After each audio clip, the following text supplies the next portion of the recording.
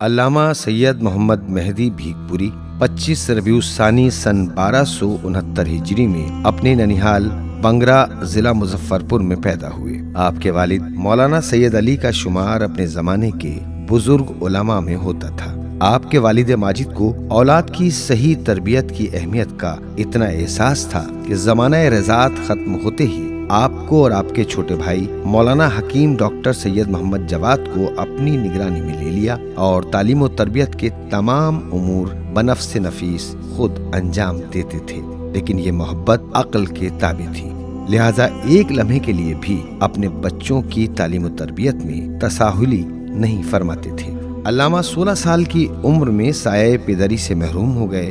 والد کی رحلت کے بعد آپ نے پٹنہ کا رخ کیا اور وہاں کچھ عرصے مہربان اساتذہ سے کسب فیض کیا، پھر اس کے بعد عازم لکھنؤ ہوئے۔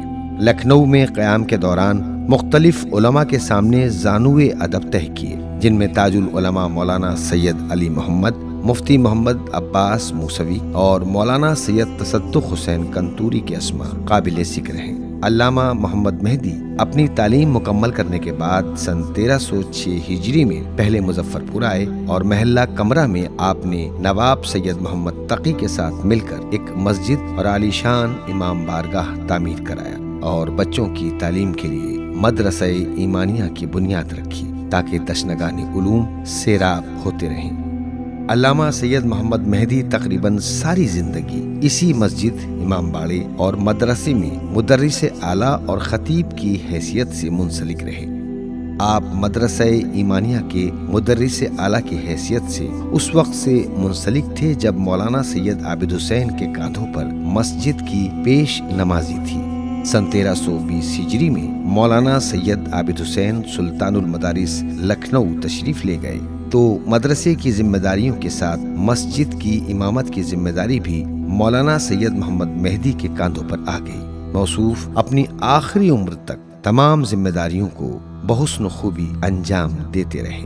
آپ 2 مرتبہ زیارات اتباط عالیات سے مشرف ہوئے۔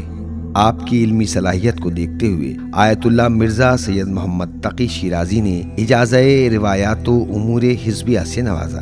ہندوستان میں فقیہ اہل بیت آیت اللہ سید محمد باقر نے آپ کو مفصل اجازہ روایت عطا کیا جو مواعظ المتقین میں چھپا ہے۔ اسی طرح عماد العلماء میر آغا نے بھی اجازہ امور حزبیہ مرحمت فرمایا۔ مولانا نے تصنیف و تالیف میں بھی نمایاں کردار عطا کیا۔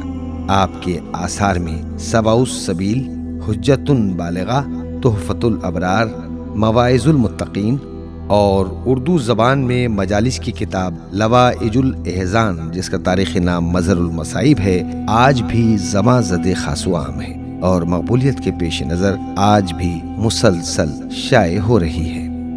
مولانا سید محمد مہدی بہترین خطیب بھی تھے اور اس فن کی اہمیت سے بھی بخوبی واقف تھے۔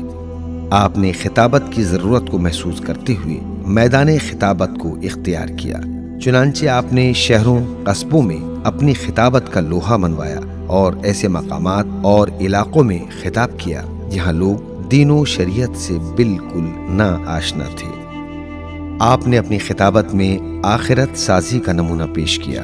ان کی خطابت کا مقصد دنیا سازی اور لوگوں کی واہ واہ نہیں تھا بلکہ آخرت سازی تھا، اسی لیے آپ اپنے بیان میں دینی و شرعی مسائل اور موعظہ بیان فرماتے تھے۔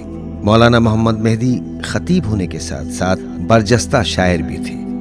آپ کو فارسی نظم اور نثر پر مہارت حاصل تھی۔ آپ کی کتاب لوائج الاحزان میں نظم و نثر دونوں کے نمونے دیکھے جا سکتے ہیں۔ آپ نے اس کتاب میں حمد و نعت کو نظم میں تحریر کیا ہے۔ اللہ نے موصوف کو ایک بیٹی اور ایک بیٹے سے نوازا جو حکیم محمد سجاد کے نام سے پہچانے گئے۔ سن 1340 ہجری میں آپ پر فالج کا اثر ہوا۔ علاج کے بعد اس قابل ہو گئے کہ پھر مظفرپور جا سکیں، لیکن 2-3 برس بعد مرض نے دوبارہ شدت اختیار کر لی، جس کی وجہ سے آپ کو اپنے وطن بھیکپور واپس جانا پڑا۔ آخر کار یہ علم و فضل کا چمکتا آفتاب 24 جمادی الثانی 1348 ہجری بھیکپور میں غروب ہو گیا اور نماز جنازہ کے بعد مجمع کی ہزار بکا کے ہمراہ اپنے برادر نسبتی حاجی صاحب کے تعمیر کردہ امام باڑے کے صحن میں سپرد خاک کر دیا گیا۔